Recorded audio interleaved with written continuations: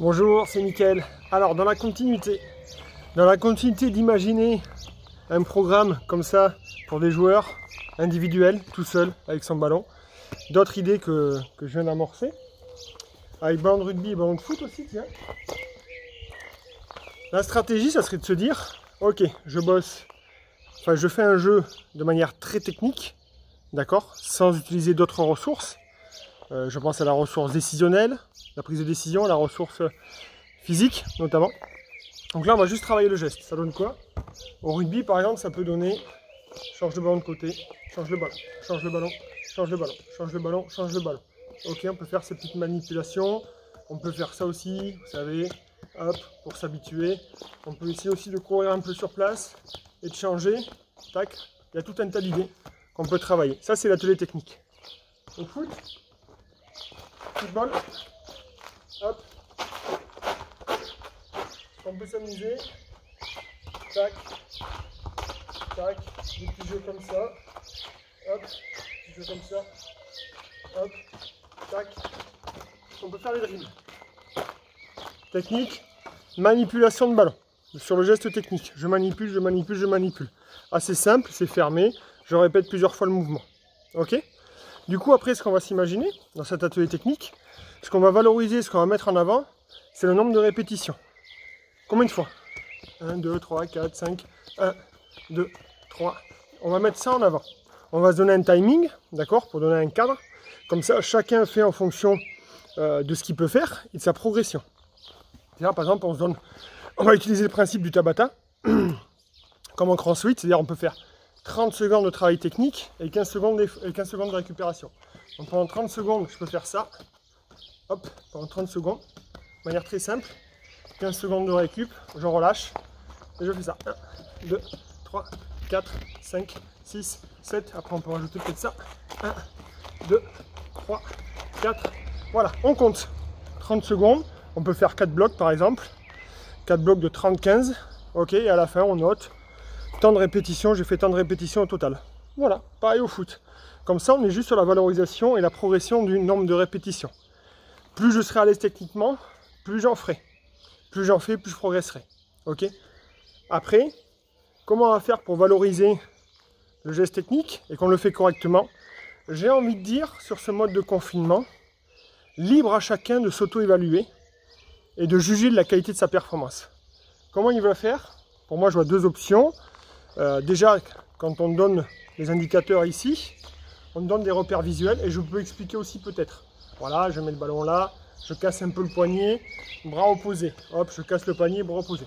Je peux donner des repères. Deuxième solution, le joueur peut aller chercher l'information. Ok, donc il fait ça, il dribble, c'est une sorte de dribble avec les bras.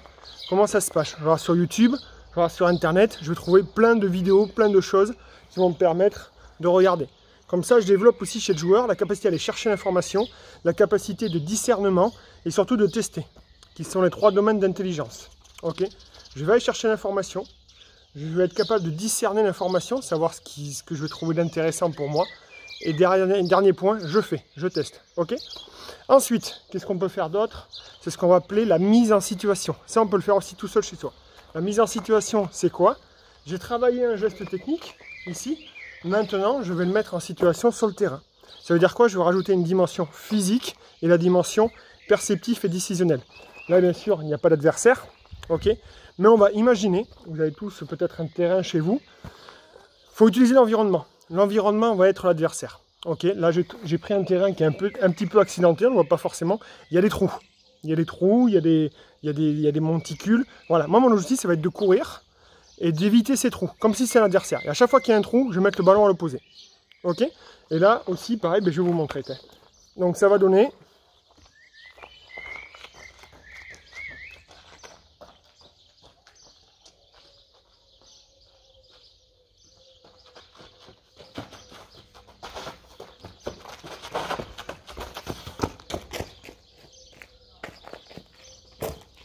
Voilà ce que ça peut donner. On va faire pareil avec le ballon de foot.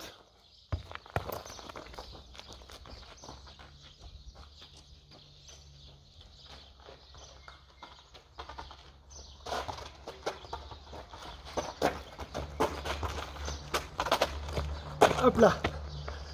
Libre à chacun de juger, moi je m'auto-évalue, je suis plus à l'aise avec le ballon dans les mains que dans les pieds.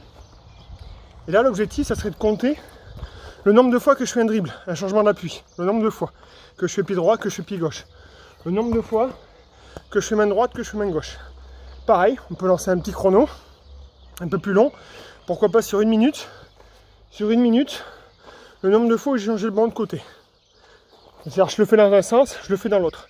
Et pendant 1 minute, je fais ça. Vous avez vu déjà ça tape. On peut alterner. Pieds et mains, vous faites ce que vous voulez. Après on peut évoluer, on peut faire beaucoup plus dur. On met plus de vitesse, on lance le ballon et on le récupère direct et on part. Il y a beaucoup d'évolution. En tout cas le principe pour moi il est là. Atelier technique individuel, derrière mise en situation. Je vais calculer le nombre de répétitions que je fais sur ce laps de temps. Ça veut dire que pendant que vous faites, il faut compter. Du coup, ça fait 2 tâches. Une tâche cognitive et une tâche motrice. Ok. Donc on compte et en même temps on fait. Et après on fait la mise en situation, on va compter. Et à la fin, une fois que vous avez rempli ça, ça a duré quoi? Vous faites peut-être des blocs de atelier technique, on va dire on y reste 10 minutes. Mise en situation, on y reste 20 minutes ou 15 minutes. Après on peut en faire plusieurs. Ça fait 25 minutes et à la fin, auto-évaluation. Comment je me suis senti? Là où j'étais le plus à l'aise, là où j'étais le plus en difficulté. Ok, est-ce que je suis capable d'y répondre? Oui, non. Je vais aller chercher l'information auprès de qui? Internet, mon coach, mon père, je sais pas. Allez, ciao.